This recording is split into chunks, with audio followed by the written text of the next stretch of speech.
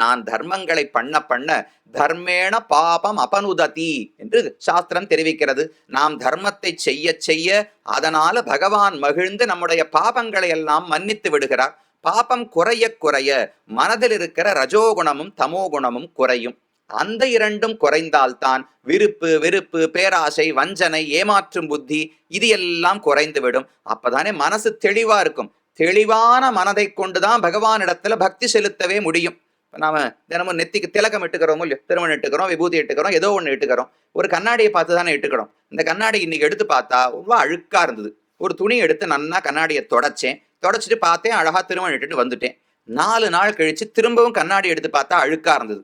மறுபடியும் தொடச்சேன், திருமணம் இட்டுட்டேன். இன்னொரு 10 நாள் கழிச்சு மறுபடியும் அழுக்கா இருந்தது, மறுபடியும் துடைக்கணும். இப்ப கண்ணாடியில் அழுக்கை ஒரே ஒரு நாள் தொடச்சா அப்புறம் வாழ்நாள் முழுக்க திருமணம் இட்டுக்க முடியுமா? முடியாது. திரும்ப திரும்ப அழுக்கு சேர்ந்து கொண்டே இருக்கும். அதை அவ்வப்போது விலக்கி போக்கிக் கொண்டே இருக்க வேண்டும். இதே போலதான் மனசு என்பது ஒரு கண்ணாடி, ஒரு திரை. இந்த திரையை வச்சுதான் பரமாத்மாவை நான் பார்க்க போறேன். அப்ப அந்த திரை தூய்மையா இருக்கணுமோ இல்லையோ, ஒவ்வொரு முறையும் ரஜோகுணம் தமோகுணம் மெதுவா உள்ள வந்து சேரும். அதை தொடைத்து தொடைத்து தினமும் போக்கிக் கொண்டே இருந்தால் தான் மனசு தூய்மையா இருக்கும். அதற்காகத்தான் தர்மத்தை செய்ய வேண்டும் என்று சாஸ்திரங்கள் சொல்லுகின்றன. அப்ப தர்மம் தான் அடிப்படை. அதற்கு மேல கட்டப்பட்ட கட்டடம் தான் பக்தி என்பது. நான் தான் பக்திக்கே உயர்ந்து விட்டேனே. இனிமே அன்போடு இருக்கேன், நாம சங்கீர்த்தனம் பண்றேன், கோயிலுக்கு போறேன், அர்ச்சனை பண்றேன், அவருக்கு நிறைய கைங்கரியம் எல்லாம் பண்றேன். ஆனா மற்ற தர்மங்களை எல்லாம் விட்டு விடுகிறேன். அடிப்படை தகப்பனாருக்கு தாயாருக்கு தர்ப்பணம் பண்ண மாட்டேன், சிராத்தம் பண்ண மாட்டேன், சந்தியாவந்தனம் பண்ண மாட்டேன், தான தர்மங்கள் பண்ண மாட்டேன். இதெல்லாம் வேண்டாம், எனக்கு தான் பக்தி இருக்கேன்னு சொன்னால் 10 நாள் 10 வருஷத்துக்குள்ள அந்த இருந்த பக்தியும் போய்விடும்னு கண்ணன் தெரிவிக்கிறான். அப்ப பக்தியை நிலைநிறுத்திக் கொள்ள வேண்டும் என்றால் தர்மம் என்கிற கட்டமைப்பு அடிப்படையில் இருக்க வேண்டும். ஆனால் தான் திரும்ப திரும்ப எந்த நூலாக இருந்தாலும், பக்தியை போதிக்கும் நூலாக இருந்தாலும் கர்மத்தை விட்டுவிடாதே என்று பல இடங்களில் ஆண்டாளும் குறிப்பிட்டு சொல்லுகிறாள். அதுல ஒண்ணு முக்கியமானது தானம் என்பது. அந்த தானத்தை பற்றி இன்றைக்கு ஓரளவுக்கு மிச்சம் எவ்வளவு நேரம் இருக்கிறதோ அதில் தானத்தை பற்றி பார்ப்போம். மற்ற தர்மங்கள் என்ன? தானமும் தர்மமும்னு தலைப்பு போட்டிருக்கு. தானமும் ஒரு தர்மம் தானே, அதென்ன தனியா எடுத்து சொல்லணுமான்னு கேட்டால் ஆண்டாள் தனியா எடுத்து சொல்லியிருக்காளோ இல்லையோ. பொதுவா தர்மங்களை பல இடங்களில் சொல்லிவிட்டு தானத்தை மட்டும் சில பாசுரங்களில் குறிப்பிட்டு சொல்லி இருக்கிறாள். அப்ப ஆண்டாளுக்கு அதுல விசேஷமான கருத்து இருக்கிறதுன்னு அர்த்தம். மக்களுக்கு எந்த விதமான குறையும் இருக்கக்கூடாது, நீங்காத செல்வம் நிறைந்துன்னு 3வது பாசுரம். ஓங்கி உலகளந்த உத்தமன் பேர் பாடி மாதம் மும்மாறி பொழிய வேண்டும், எங்கும் நீர் நன்றாக இருக்க வேண்டும், ஊடு கயலுகள பூங்குவளை போதில் பொறிவண்டு கண்படுப்ப தேங்காதே புக்கிருந்து சீர்த்தமலை பற்றி வாங்க குடம் நிறைக்கும் வள்ளல் பெரும் பசுக்கள். எத்தனை குடங்களை வச்சாலும் பசுமாடு பால கறந்து கொண்டே இருக்கணும். அப்படி நீங்காத செல்வம் நிறைய வேண்டும் என்று ஆண்டாள் பிரார்த்திக்கிறாள். ஆண்டாளுக்கு செல்வத்தில் என்ன ஆசை?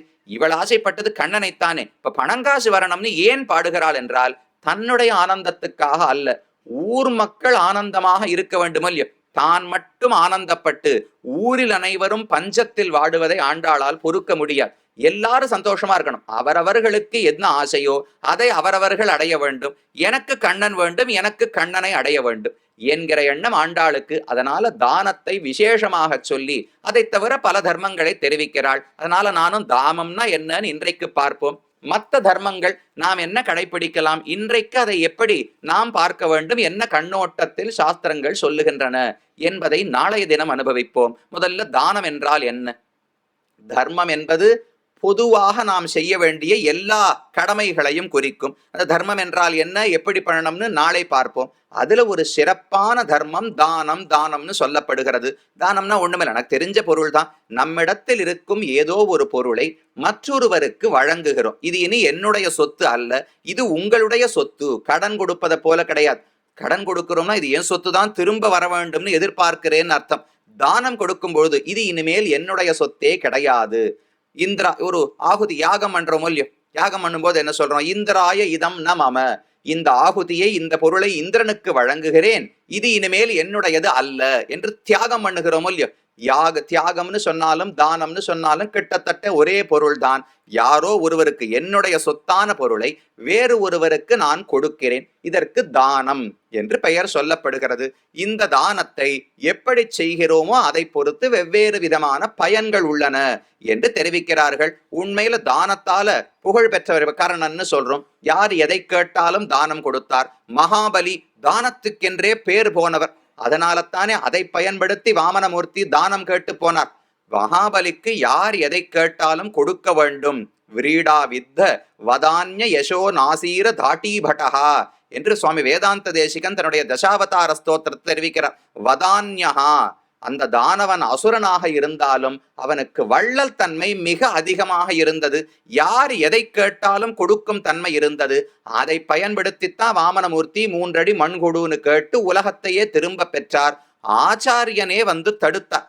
மகாபலிக்கு ஆச்சாரியன் சுக்கராச்சாரியர் ஓடி வந்து, வேண்டாம், இவருக்கு கொடுக்காதே, இந்த பிள்ளைய பார்த்தா இது உண்மையான பிராமணனா தோன்றவில்லை, விஷ்ணுவே அவதரித்திருக்கிறார்னு தோன்றுகிறது, இவனுக்கு 3 அடி மண் கொடுத்தாய் என்றால் உன் செல்வம் அனைத்தையும் இழந்து விடுவாய், வேண்டாம் என்று சுக்கராச்சாரியர் தடுத்தாராம். மகாபலி சொன்னான், அது எப்படி, நான் கொடுக்கிறேன், கொடுக்க வேண்டும் என்கிற எண்ணம் இருக்கிறது, யார் கேட்டாலும் கொடுத்துத்தான் ஆக வேண்டும். இதனால என்ன விளைவு ஏற்படும்னு என்னால யோசிக்க முடியாது. ஒருவேளை இது விஷ்ணுவாகவே இருந்தாலும் எனக்கு பெருமை தானே, விஷ்ணுவுக்கே நான் தான் தானம் கொடுத்தேன்னு எனக்கு பெருமை வருகிறதோ இல்லையோ, அதற்காகவாவது கொடுப்பேன் என்று ஆச்சாரியன் சொன்னதையும் மீறி தானத்தை கொடுத்தார் மகாபலி. இப்படி எத்தனையோ பேர், மகாபலி ஒரு தவறான எடுத்துக்காட்டாக இருக்கலாம், பல பேரும் தானத்தை நன்றாக செய்து அதற்கு பெயர் போனவர்களும் உண்டு.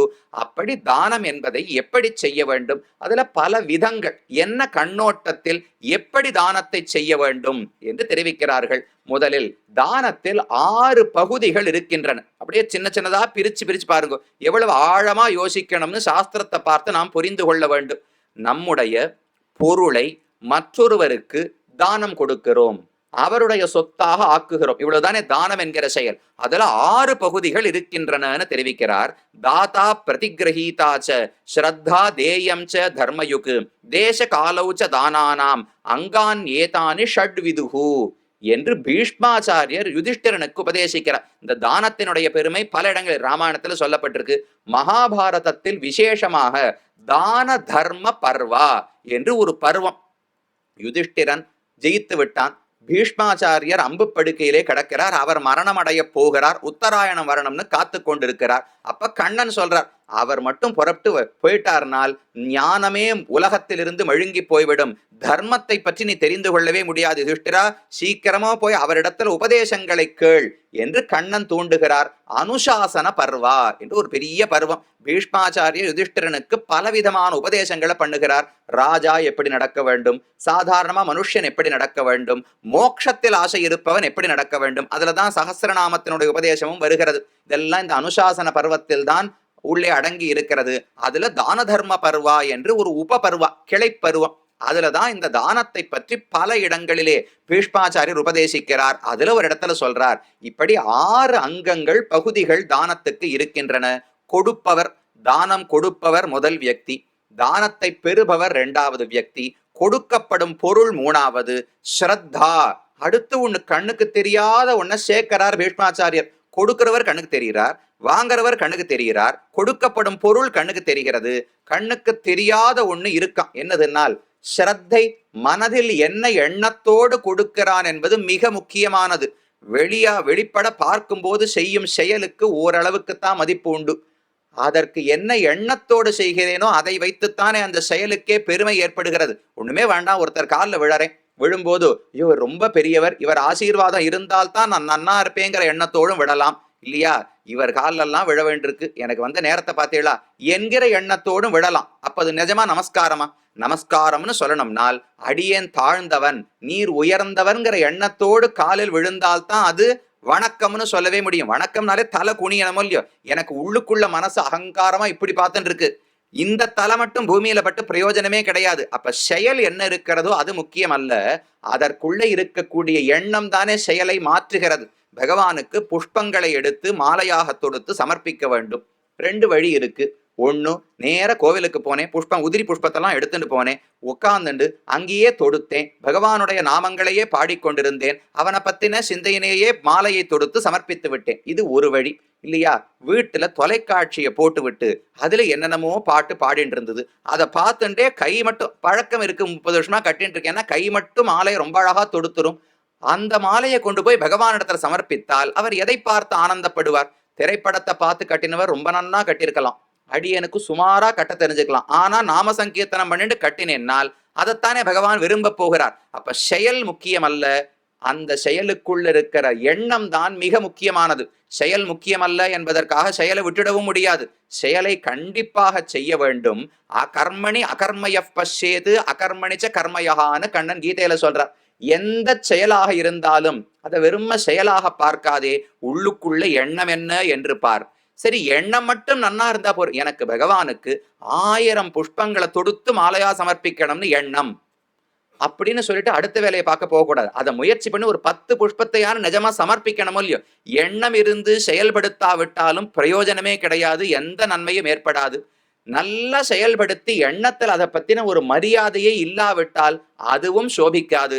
2 சேரணும். கர்மா, உள்ளுக்குள்ள இருக்கிற எண்ணம், ஸ்ரத்தை, இந்த 2 சேர்ந்தால்தானே ஒரு செயல் சிறக்க போகிறது. அப்ப ஸ்ரத்தை என்பது 4வது பகுதி. கொடுப்பவர், பெறுபவர், கொடுக்கப்படும் பொருள் எந்த ஸ்ரத்தையோடு எண்ணத்தோடு கொடுக்கிறான். அதுக்கு மேல ஒரு 2 தேசம் காலம், எந்த இடத்தில் கொடுக்கப்படுகிறது, எந்த காலத்தில் கொடுக்கப்படுகிறது. இதை வைத்து அங்கங்கு சில தர்ம செயல்களுக்கு பெருமை உண்டு என்று சொல்லுகிறார்கள். இப்ப சில நதிக்கரைகளிலே தானம் பண்ணோம்னா அதற்கு சிறப்பு உண்டு. சரியு நதிக்கரையில் கோதானம் செய்தால் சிறப்பு என்று சொல்லுகிறோம் இல்லையோ. இதை போல ஒவ்வொரு இடம் ஒவ்வொரு காலத்தில், இப்போ உபராக காலம் வருது இல்லையா, கிரகண காலம், கிரகண காலத்துல தானம் கொடுத்தால் சிறந்தது, கிரகண காலத்தில் ஜபம் செய்தால் சிறந்தது. இதை போல சில காலங்கள் சொல்லப்படுகின்றன. அதே போல வளர்பிறையில ஒரு தர்ம காரியத்தை பண்ணா நல்லது. ஆண்டாளே பாடுறாளே, நாம் மார்கழி திங்கள் மதி நிறைந்த நன்னாள், மதி நிறைந்த பௌர்ணமி இருக்குனாலே சுக்லபக்ஷம் வளர்பிறை இருக்கிறதுன்னு அர்த்தம். இந்த நோன்பை நாம வளர்பிறையில் ஆரம்பிக்கிறோமே, அதுவே ஒரு பெரிய நல்லது தானே. அதை போல சின்ன சின்னதா தர்மத்தை செய்வதற்கான காலங்கள் குறிப்பிடப்பட்டுள்ளன. சில இடங்களில் செய்தால் அந்த தர்மத்தினுடைய பயன் பன்மடங்காக வளர்க்கப்படும் என்று சொல்லப்படுகிறது. அப்ப தேசம் முக்கியம், காலம் முக்கியம். இந்த 2ஐயும் சேர்த்தோம் என்றால் 6 அங்கங்கள் ஒரு தானத்துக்கு யோசித்துத்தான் நாம் கொடுக்க வேண்டும். முதல்ல நான் எப்படிப்பட்டவன்னு கண்டிப்பா பார்த்துத்தான் கொடுக்கணும். கொடுக்கும் பொழுது நான் நல்ல விதத்துல சம்பாதித்த பொருளைத்தான் கொடுக்க வேண்டும். நானே அநியாயமாக ஒரு பொருளை சம்பாதித்து விட்டு அதை இன்னொருத்தருக்கும் கொடுத்து தானம் கொடுத்தேன்னு சொன்னால் அது தானமாகவே சேராது, உயர்ந்த தானமாக சேராது. சுமாரா வச்சுக்கலாமே தவிர என்னுடைய பாபங்கள் அது போக்கி கொடுக்குமான்னு சொல்ல முடியாது. அப்ப நான் நியாயமான முறையில் சம்பாதிக்கப்பட்ட பணமாக இருக்க வேண்டும், ஏதோ ஒரு பொருளாக இருக்க வேண்டும், அதைத்தான் தானம் கொடுக்கணும். சரி, யாருக்கு கொடுக்க வேண்டும் என்று பார்த்தால் அவருக்கு சில வரையறைகள் சொல்லப்பட்டுள்ளன. யாருக்கு தேவை இருக்கோ அவருக்குத்தான் கொடுக்கணும். எனக்கு ஒருத்தரை பிடிக்கும் என்பதற்காக தானம் கொடுத்துட்டு கொடுத்தேன்னு சொல்ல முடியாது. அது சிறந்த பாத்திரத்தில் தானம் அல்ல. ஒரு மழை பெய்கிறதுன்னு வச்சுங்களேன், மழை பூமியில் பெய்தால்தான் பிரயோஜனம் உண்டு. கடல்லிருந்து தண்ணீரை மேகம் எடுத்துண்டு திரும்ப கடல்லையே கொட்டித்துனா யாருக்கு என்ன பயன்? நமக்கு ஒரு சொட்டு தண்ணீர் கூட கிடைக்காது. விருதா விருஷ்டிஹி சமுத்திரேஷுன்னு தெரிவிப்பார்கள். ஒருத்தர் நன்னா சாப்பிட்டுட்டு இப்பதான் கையாளம் எழுந்து வந்தார். சாமி வாங்கோ வாங்கோ, நான் அன்னதானம் பண்ணிட்டு இருக்கேன், இங்க இலையில உட்காருங்கோ சாப்பிடுங்கோன்னு சொன்னா திருப்தி அடைந்தவருக்கு போஜனம் அன்னம் கொடுத்து பிரயோஜனம் கிடையாது. நல்ல பணங்காசு இருப்பவருக்கு தானம் கொடுத்து பிரயோஜனம் கிடையாது. அப்ப யார் தேவையில் இருக்கிறாரோ, யாருக்கு கஷ்டம் இருக்கிறதோ அவர்களை பார்த்து கொடுக்க வேண்டும். அதான் பெற்றுக்கொள்பவர். ஒண்ணு நாம் எப்படி இருக்கணும்னு பார்க்கணும். நம்முடைய எண்ணம், வேதமே சொல்லுகிறது, ஸ்ரத்தையா தேயம் அஸ்ரத்தையா அதேயம் ஸ்ரீயாதேயம் ஹிரியாதேயம் பியாதேயம் சம்விதாதேயம். 6 விஷயங்களை வேதம் சொல்லுகிறது. ஒரு ஆச்சாரியன் சிஷ்யனுக்கு கல்வியை சொல்லி முடித்து விட்டு அவன் வீட்டுக்கு போகணுமோ இல்லையோ, போகும்போது சில உபதேசங்களை பண்றார். பிள்ளை, இங்கிருந்த வரைக்கும் பிரம்மச்சாரியாக இருந்து விட்டாய், இனி வாழ்க்கையில் சில நெறிமுறைகளை நீ கடைபிடிக்க வேண்டும். கண்டிப்பா தானம் கொடுக்கணும். தானம் கொடுக்கும் பொழுது என்ன எண்ணத்தோடு கொடுக்கணும்? ஸ்ரத்தையா தேயம், நல்ல ஈடுபாடோடு. இது எனக்கு செய்ய வேண்டிய ஒரு கடமை, இது என்ன நான் செய்வது எனக்கு பாக்கியம், நான் ஏதோ கருணையால செய்கிறேன், இன்னொருத்தருக்கு உதவிக்காக செய்கிறேன் நினைக்க கூடாது. இந்த தானம் கொடுக்கும்படி என்ன பகவான் இன்னைக்கு வச்சிருக்காரோ இல்லையோ, எனக்கு பணத்தை கொடுக்கவே தானே நான் தானம் கொடுக்கிறேன். அந்த நன்றியோடு நல்லெண்ணத்தோடு இருக்கணும். ஸ்ரத்தையா தேயம் அஸ்ரத்தையா அதேயம். மனசுல ஈடுபாடு இல்லையா, கொடுக்காதே, நிறுத்திவிடு. ஈடுபாடு இல்லாமல் கொடுப்பதை விட ஈடுபாடு இல்லாவிட்டால் நிறுத்தி விடுவதே சிறந்தது. அஸ்ரத்தையா அதேயம். ஸ்ரீயாதேயம், எவ்வளவு செல்வம் இருக்கோ அதை பார்த்து கொடு. எல்லாத்தையும் அனைவருக்கும் கொடுத்து முடித்து விட்டு ஒண்ணும் இல்லாமல் நிற்காதே. ஸ்ரீயாதேயம். பியாதேயம், பீகினம் பயம்னு அர்த்தம்.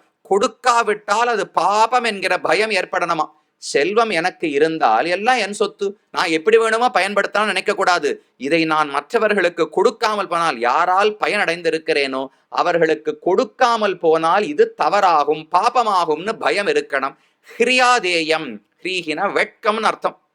வெட்கம் ஏன் படணும்? தானம் கொடுக்கும் போது நான் உங்களுக்கு கொடுத்திருக்க வேண்டியது தங்க காசு, என்கிட்ட தங்க காசு இல்லை, 10 ரூபா கொடுக்குறேன். இதை சொல்லும் போது ஒரு வெட்கம் இருக்கணுமோ இல்லையோ? ஒரு யாருக்காக? பகவானுக்கு ஆராதனம் பண்றோம்னு வச்சுக்கோங்களேன். அவர் நமக்கு செய்திருக்கிற உதவிகளுக்கு நாம ஒரு 15 நிமிஷம் ஆராதனம்னு ஒண்ணு பண்றோமே. சாலகிராமூர்த்தியை எடுத்து வச்சுக்கிறோம், அவருக்கு உடனே தீர்த்தத்தை சேர்த்து திருமஞ்சனம் செய்கிறோம், ஒரு துளசி, கொஞ்சம் புஷ்பம், ஒரு 2 பாசுரங்கள், சந்தனம், மஞ்சள், குங்குமம் என்ன இருக்கோ எல்லாத்தையும் சமர்ப்பிக்கிறோம். முடிச்சுட்டு திரும்ப அவரை கோயில் ஆழ்வார்ல ஏழை பண்ணிட்டு கிளம்பி போயிடுறோம். நாள் முழுக்க நினைக்கிறதே கிடையாது. அந்த 15 நிமிஷம் நினைக்கிறதே பெரிய விஷயம் சுவாமி, எனக்கு மனசுல எவ்வளவு இருக்கு தெரியுமா? 10 நிமிஷம் பகவானுக்கு கொடுத்ததே நான் பெரிய சாதனையா நினைக்கிறேன்னு நாம சொல்லிட்டு இருக்கோம்.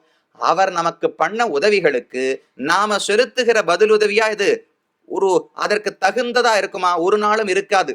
அதை போல மற்றவர்களுக்கு தானம் கொடுக்கும் போது எல்லா கர்மங்கள், எந்த ஹோமம் யாகம் எங்க நடக்க செய்வோம் பாருங்கோ, அங்க என்ன சொல்லுவார்கள் என்றால், ஹிரண்யத்தை கொடுக்கணும், தங்கத்தை கொடுக்கணும், ஆனா என்னால் முடிந்த அளவுக்கு ஏதோ ஒரு தானத்தை கொடுக்கிறேன் என்று சொல்லிதான் தானம் கொடுக்கிறோம். அப்ப அதுல ஒரு வெட்கம் இருக்க வேண்டும். உனக்கு தகுந்த பதில் உதவி என்னால கொடுக்க முடியாது, தானத்தை கொடுக்க முடியாது, என்னால் இவ்வளவுதான் முடிந்ததுன்னு அந்த ஒரு பணிவோடு வெட்கத்தோடு கொடுக்க வேண்டும். சம்விதா தேயம், அதை அறிவித்து அவர் மகிழும்படிக்கு கொடுக்க வேண்டும் என்று வேதமே சொல்லுகிறது. அப்ப தானம் கொடுக்கும் போது எண்ணம் ரொம்ப முக்கியம்.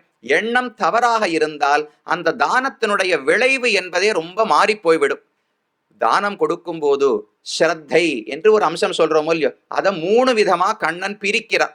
பகவத்கீதையினுடைய கடைசி 17, 18வது அத்தியாயங்களில் தானத்தை இது சாத்விகமான தானம், இது ராஜசமான தானம், இது தாமசமான தானம்னு பிரிக்கிறார். சத்துவகுணத்தால தானம் பண்ணா அது பார்க்கறதுக்கு வேற மாதிரி இருக்குமா, ரஜோகுணத்தால தானம் செய்தால் அது வேற மாதிரி இருக்குமா, தமோ குணத்தோடு தானம் செய்தால் வேறு மாதிரி இருக்குமா? இதுல உயர்ந்தது சத்துவகுணத்தோடு செய்வதுதான். தாத்தவ்யமிதி எத்தானம் தீயதே அனுபகாரிணே தேசே காலேச்ச பாத்திரேச்ச தத்தானம் சாத்விகம் ஸ்மிருதம் என்று முதல்ல சாத்விகத்தை பத்தி சொல்றார். தாத்தவ்யம், இதை கொடுப்பது என் கடமைன்னு நினைக்க வேண்டும், கடனேன்னு நினைக்க கூடாது. இதை கொடுப்பதுதான் எனக்கு பாக்கியம், கொடுக்கறதுக்கு தான் பெருமான் என்னை வைத்திருக்கிறார் என்று ஆனந்தமாக ஒரு பொருளை மற்றவர்களுக்கு கொடுக்க வேண்டும். தாத்தவ்யம் அப்படின்னா யாரோ கழுத்தை பிடித்து தள்ளுகிறார்கள் அர்த்தம் கிடையாது. நாமே நம்மை உற்சாகப்படுத்திக் கொள்கிறோம், கண்டிப்பா அதை கொடுக்கணும், கொடுப்பது தானே என் கடமை நினைத்து கொள்ள வேண்டும். தீயத்தே அனுபகாரினே, யாருக்கு கொடுக்கணும்? யாரோ ஒருத்தருக்கு தானம் கொடுக்கிறேன்னால், இவர் போன வாரம் எனக்கு ஒரு கஷ்டம் ஏற்படும் போது ஒரு 10,000 ரூபாய் கொடுத்தார், நான் இன்னைக்கு அதுக்காக அவருக்கு 15,000 ரூபாய் கொடுக்கிறேன்னால் அதுக்கு தானம்னு பேர் கிடையாது. அவர் எனக்கு உதவி பண்ணார், நான் அதுக்கு பதிலுக்கு திரும்ப பணத்தை கட்டினேன்னா எப்படி தானமாகும்? அப்ப அனுபகாரினே, எனக்கு அவர் முன்னும் எந்த உதவியும் செய்திருக்க கூடாது, பின்னும் அவரிடத்துல உதவியை எதிர்பார்த்து நான் தானம் கொடுக்க கூடாது. எந்த எதிர்பார்ப்பும் இல்லாமல் ஒரு பொருளை கொடுத்தால் அதுதான் சிறந்த தானம் என்று சொல்லப்படுகிறது. நல்ல தேசத்தில் நல்ல பாத்திரத்தை நாடி கொடுக்க வேண்டும். யாருக்கு உண்மையாக தேவை இருக்கிறதோ ஒண்ணு, அதுல 3 விதமா பீஷ்மாச்சாரியர் தெரிவிக்கிறார். ஒண்ணு, வெகு தூரத்திலிருந்து யாரோ ஒருத்தர் பணங்காசுக்காக இங்கு வந்திருக்கிறார்னு வச்சுங்க, அவருக்கு என்னமோ அவர் வாழக்கூடிய இடத்தில் பணம் சம்பாதிக்க முடியவில்லை, வெகு தூரத்திலிருந்து இங்கு வந்து தங்கி உழைத்து கொண்டிருக்கிறார் என்றால் அவருக்கு தானம் கொடுத்தால் சிறந்ததுன்னு சாஸ்திரம் சொல்லுகிறது. அடுத்து பீஷ்மாச்சாரியர் சொன்னார், உனக்கு யாருன்னே தெரிய வேண்டாம், ஆனா படிச்சவர் நல்ல குணத்தோடு இருக்கிறார்னால் தானம் கொடுத்து விடுன்னு சொல்லித்து. 3வது பீஷ்மாச்சாரியர் சொன்னார், உனக்கு ரொம்ப நாளா ஒருத்தர் தெரிந்தவர் ஆனா கஷ்டப்பட்டு கொண்டிருக்கிறார் என்றால் அவருக்கும் கொடுக்கலாம் என்று இப்படி 3ஆக பிரித்து சொல்லுகிறது. அபூர்வம் பாவையேத் பாத்திரம் எஸ்யாபிச்சாத் சிரோஷிதம், உனக்கு யாருன்னே தெரியாது, புதுசா ஒருத்தரை பார்க்கிற, ஆனா பார்த்தா நல்லவராக இருக்கிறார், பண்பாளராக இருக்கிறார்னா கொடுத்துரு. ரொம்ப நாளா உனக்கு ஒருத்தரை தெரியும், கஷ்டப்படுறாருனா கொடுத்துரு. எங்கிருந்தோ ஊரை விட்டு இங்கு வந்து துன்பத்தில் உழைத்து கொண்டிருக்கிறார் என்றால் அவருக்கு கொடுத்து விடு. இதெல்லாம் சிறந்த தானங்கள். இப்படிப்பட்ட பாத்திரத்தை தேர்ந்தெடுத்து கொடுக்க வேண்டுமே தவிர யாரோ ஒருத்தர் எனக்கு பிடிக்கும் என்பதற்காக தேவையில்லாதவருக்கு தானம் கொடுத்து விடவே கூடாது. அது சமுத்திரத்தில் மழை பெய்தது போல் வீணாக போய்விடும் என்று பீஷ்மர் தெரிவிக்கிறார். அப்ப நான் எப்படி இருக்க வேண்டும்? நியாயமான முறையில் பணத்தை சம்பாதிக்கணும், நல்ல எண்ணத்தோடு நான் இருக்க வேண்டும், அந்த ஸ்ரத்தையோடு சிறந்த பொருளை ஒருவருக்கு நான் கொடுக்க வேண்டும். எந்த இடத்தில் கொடுக்கிறேன், எந்த காலத்தில் கொடுக்கிறேன் என்பதையும் பார்த்து கொடுக்க வேண்டும். இதை பொறுத்துத்தான் ஒரு தானம் சிறப்படைகிறது என்று தெரிவிக்கிறார். அந்த எண்ணம் தான் ரொம்ப முக்கியம். மற்றதெல்லாம் கூட இப்ப நல்ல காலம் வரவில்லை, ஆனா ஏதோ சுமாரான காலத்துல கொடுத்தா அப்ப தானமே சுமாராக போய்விடுமா? 10 மடங்கு பயன் கிடைக்காது, 2 மடங்கு வேணா பயன் கிடைக்கலாம், 1 மடங்கு பயன் கிடைக்கலாம், தானம் சுமாராகி விடாது. ஆனா இந்த ஸ்ரத்தா எண்ணம்னு ஒண்ணு சொன்னாரு, அதுல தான் இன்னும் நிறைய கதைகள் இதிகாசங்களை ஆராய்ந்து பார்த்தோம் என்றால் தானத்தை பற்றி பல இடங்களில் அழகான சரித்திரங்கள் சொல்லப்படுகின்றன. அதுல ஒரு சரித்திரத்தை சொல்றார் நாரதர். அவருக்கு தான் எல்லாம் தெரியும், முக்காலத்தையும் உணர்ந்தவர், தேவ ரிஷி. அவர் ஒரு இடத்துல பிரயாணம் பண்ணி கொண்டிருக்கும் போது 3 அண்ணன் தம்பிகளை சந்தித்தார். ஒருத்தருக்கு அஷ்டகர்னு பெயர், அடுத்தவருக்கு பிரதர்தனன்னு பெயர், அடுத்தருக்கு வசுமனாகான்னு பெயர். 3 அண்ணன் தம்பிகள் இருந்தார்கள். 3 பேருக்கும் தானத்துல ரொம்ப ஈடுபாடு உண்டு. 3 பேரும் நாரதரை பார்த்த உடனே என்ன தோணும்? நாரதர் நினைச்சா நாம் உடனே சண்டை மூட்டி விடுவார், கலகம் செய்து விடுவார் நினைப்போம். அவருக்கு அது குறிக்கோள் கிடையாது. ஒரு இடத்துல ஒரு குழப்பம் வந்தால்தானே பிற்பாடு தெளிவு ஏற்படும். நாரதருடைய எல்லா நடவடிக்கைகளையும் பாருங்க, குழப்பத்தை ஏற்படுத்துவார். ஆனா பிற்பாடு தெளிவு ஏற்பட வேண்டும் என்பதற்காக ஏற்படுத்துவாரே தவிர குழப்பணம் என்கிறதா ஏற்படுத்துவதே கிடையாது. நாரதர் என்கிற சொல்லுக்கே அதுதான் பொருள். அறிவின்மையை போக்கக்கூடியவர். நாரம்னு சொன்னா அறிவின்மை, தியதீனா அழிப்பவர்னு அர்த்தம். அறிவின்மையை அழித்து அறிவை கொடுக்கக்கூடியபடியால நாரதர்னு பெயர். அவரை இந்த 3 பேரும் பிடித்து கொண்டார்கள். நாரதரே, நீர்தான் தேவ ரகசியங்கள் எல்லாம் தெரிந்தவர், நாங்க 3 பேரும் நிறைய தானம் செய்திருக்கிறோம், யாருக்கு அதிகமான புண்ணியம், யார் ஸ்வர்க்கத்தில் நீண்ட நேரம் இருப்போம் என்று கேட்டார்கள். அவர் நாரதர் ஒவ்வொருத்தரா யோசிச்சு பார்த்தார். நீ பண்ண தானத்திலும் ஒரு குறை இருக்கிறது, நீ பண்ண தானத்திலும் குறை இருக்கிறது, இவர் பண்ண தானத்திலும் குறை இருக்கிறதுன்னு 3 பேருக்கு சொன்னார். என்னென்ன குறைகள், அதுதான் நமக்கு முக்கியம். அவ சொர்க்கத்துக்கு போனா என்ன, போகாட்டா நமக்கு என்ன, தானத்தில் என்ன குறைகள் வரலாம்னு இந்த கதையில தெரிவிக்கிறார்.